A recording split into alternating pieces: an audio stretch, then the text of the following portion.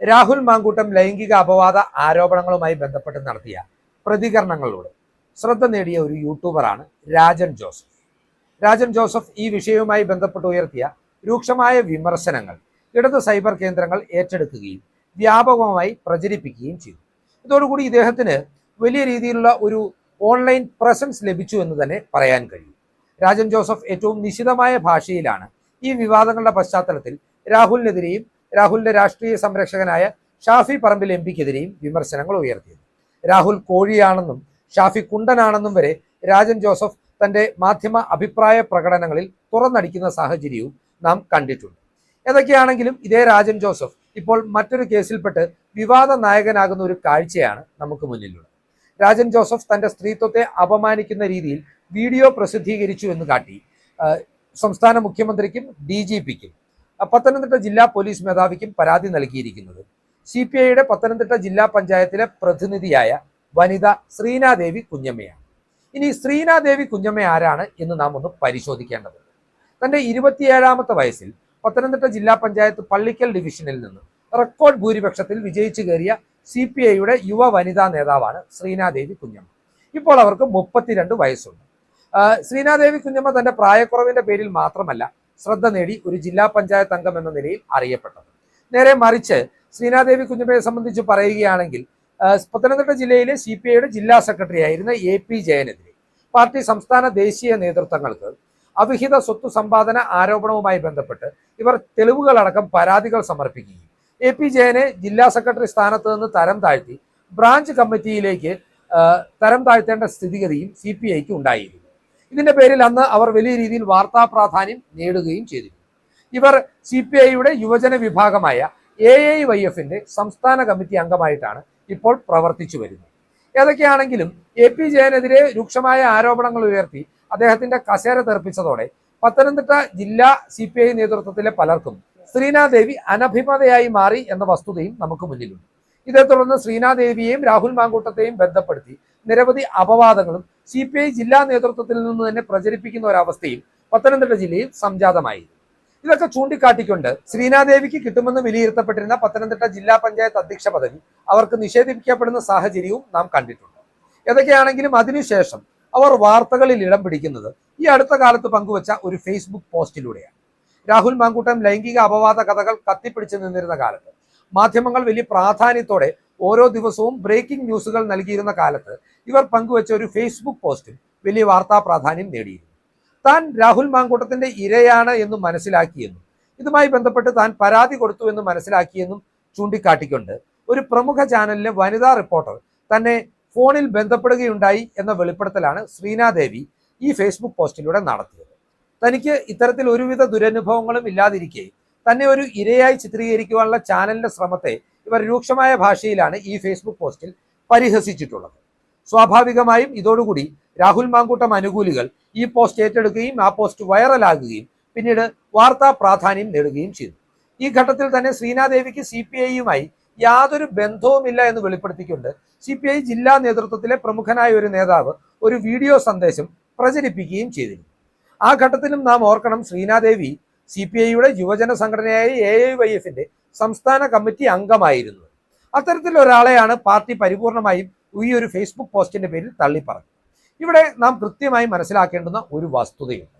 ശ്രീനാദേവി ഏതെങ്കിലും വിധത്തിൽ Rahul മാങ്കൂട്ടത്തെ അനുകൂലിക്കുകയോ white wash ചെയ്യുകയോ ആയിരുന്നില്ല.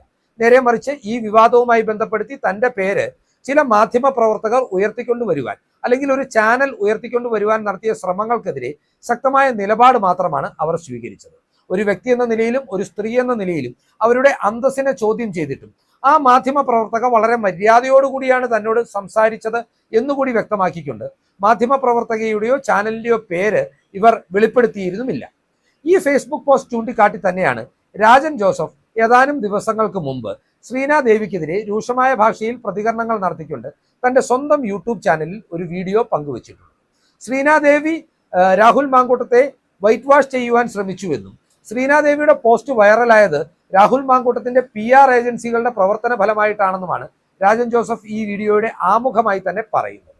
പിന്നീട് അദ്ദേഹം പറഞ്ഞു വെക്കുന്നത് ശ്രീനാദേവിക്ക് രാഹുൽ മാങ്കൂട്ടവുമായി ഉണ്ടായിരുന്ന ഒരു സൗഹൃദത്തെ അത് മറ്റൊരു രീതിയിലുള്ള ബന്ധമായി താൻ കാണുന്നില്ല എന്ന് പറഞ്ഞുകൊണ്ട് ശ്രീനാദേവിക്ക് രാഹുൽ മാങ്കൂട്ടവുമായി ഉണ്ടായിരുന്ന സൗഹൃദത്തെ മുൻ ജനറൽ സെക്രട്ടറി അല്ലെങ്കിൽ ജില്ലാ സെക്രട്ടറി ചോദ്യം ചെയ്തതിന്റെ പ്രതികാരം എന്നോണമാണ് ശ്രീനാദേവി AP ജയനെതിരെ പരാതി നൽകിയതെന്നും അദ്ദേഹത്തിന്റെ കസേര തെറിപ്പിച്ചതെന്നുമാണ്.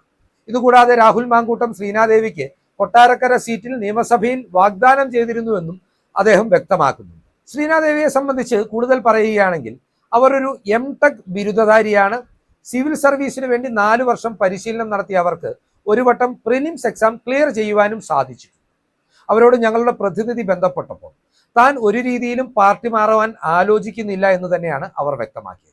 താൻ ഇപ്പോഴും അടിയുറച്ച ഒരു കമ്മ്യൂണിസ്റ്റായി CPIയുടെ യുവജന വിഭാഗമായ AIYFന്റെ സംസ്ഥാന കമ്മിറ്റിയിലുണ്ടെന്നും അവർ ഞങ്ങളോട് വ്യക്തമാക്കിയിട്ടുണ്ട്.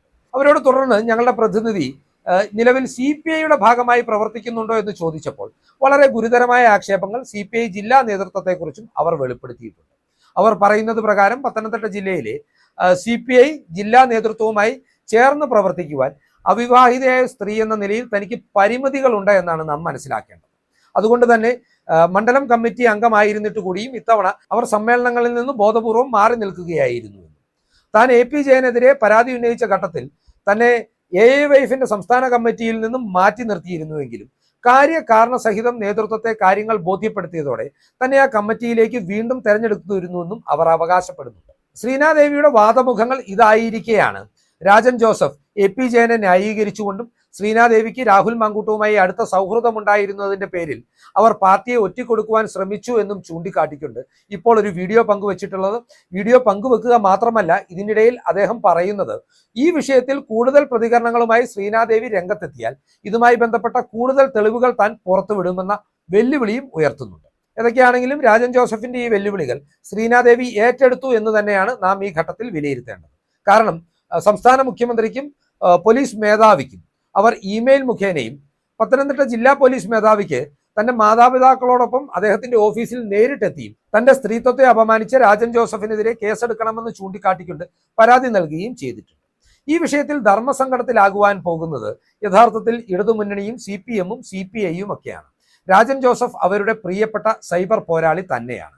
CPIയെ സംബന്ധിച്ച് പറയുകയാണെങ്കിൽ രാജൻ ജോസഫ് ഈ വീഡിയോയിലൂടെ വൈറ്റ് വാഷ് ചെയ്യാൻ ശ്രമിച്ചത് CPIയുടെ കസേര പോയിട്ടുള്ള AP ജയൻ എന്ന മുൻ ജില്ലാ സെക്രട്ടറിയെ തന്നെയാണ്. ഇവിടെ പാർട്ടി നേതൃത്വവും മുന്നണിയും കൂടുതൽ പ്രതിരോധത്തിലാകുന്നതിനുള്ള കാരണം ഈ ദിവസങ്ങളിൽ ഉയർന്നു വന്നിട്ടുള്ള KJ ഷൈനുമായി ബന്ധപ്പെട്ടിട്ടുള്ള വിവാദങ്ങളും അതുമായി ബന്ധപ്പെട്ട് രജിസ്റ്റർ ചെയ്തിരിക്കുന്ന പോലീസ് കേസുകളുമാണ്.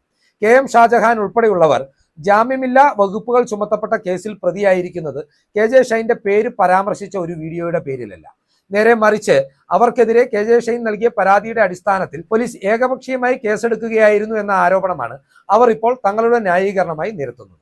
അതേസമയത്ത് തന്നെ മറുഭാഗത്ത് CPIയുടെ ഉത്തരവാദിത്തപ്പെട്ടിട്ടുള്ള പാർലമെന്ററി പദവി വഹിക്കുന്ന യുവജന സംഘടനയുടെ സംസ്ഥാന കമ്മിറ്റി അംഗമായ ഒരു യുവതി തന്നെ പേരെടുത്ത് അപകീർത്തിപ്പെടുത്തുന്ന ഒരു യൂട്യൂബറെ കുറിച്ച് പരാതി നൽകുമ്പോൾ ആ കേസിൽ ശക്തമായ നടപടികൾ സ്വീകരിച്ചില്ല എങ്കിൽ സർക്കാരിന്റെയും CPMന്റെയും ഇടതുമുന്നണിയുടെയും സ്ത്രീവിരുദ്ധ നിലപാടായും ഇരട്ടത്താപ്പ് നയമായും ഇത് വ്യാഖ്യാനിക്കപ്പെടുകയും കോൺഗ്രസും മറ്റ് രാഷ്ട്രീയ എതിരാളികളും വ്യാപകമായി ഇത് പ്രചരണത്തിന് ഉപയോഗിക്കുകയും ചെയ്യും. ശ്രീനാദേവിയും രാജൻ ജോസഫുമായി ബന്ധപ്പെട്ട് ഉടലെടുത്തിരിക്കുന്ന ഈ വിവാദത്തിലും ശ്രീനാദേവി നൽകിയ പരാതിയിലും എന്ത് നിയമ നടപടികളും രാഷ്ട്രീയ ചലനങ്ങളുമാണ് ഉണ്ടാകാൻ പോകുന്നതെന്ന് കാത്തിരുന്ന് കാണുകയേ വഴിയുള്ളൂ. ഈ ചിന്തകൾ പ്രേക്ഷകർക്കായി പങ്കുവെച്ചുകൊണ്ട് ഈ വിവാദത്തിന്റെ വിശദാംശങ്ങൾ പ്രേക്ഷകരിലേക്ക് എത്തിച്ചുകൊണ്ട് ഈ വീഡിയോ ഇവിടെ അവസാനിപ്പിക്കുകയാണ്. കൂടുതൽ രാഷ്ട്രീയ വാർത്തകൾക്കും വിശകലനങ്ങൾക്കുമായി ഞങ്ങളുടെ ചാനൽ സബ്സ്ക്രൈബ് ചെയ്യുക. നന്ദി.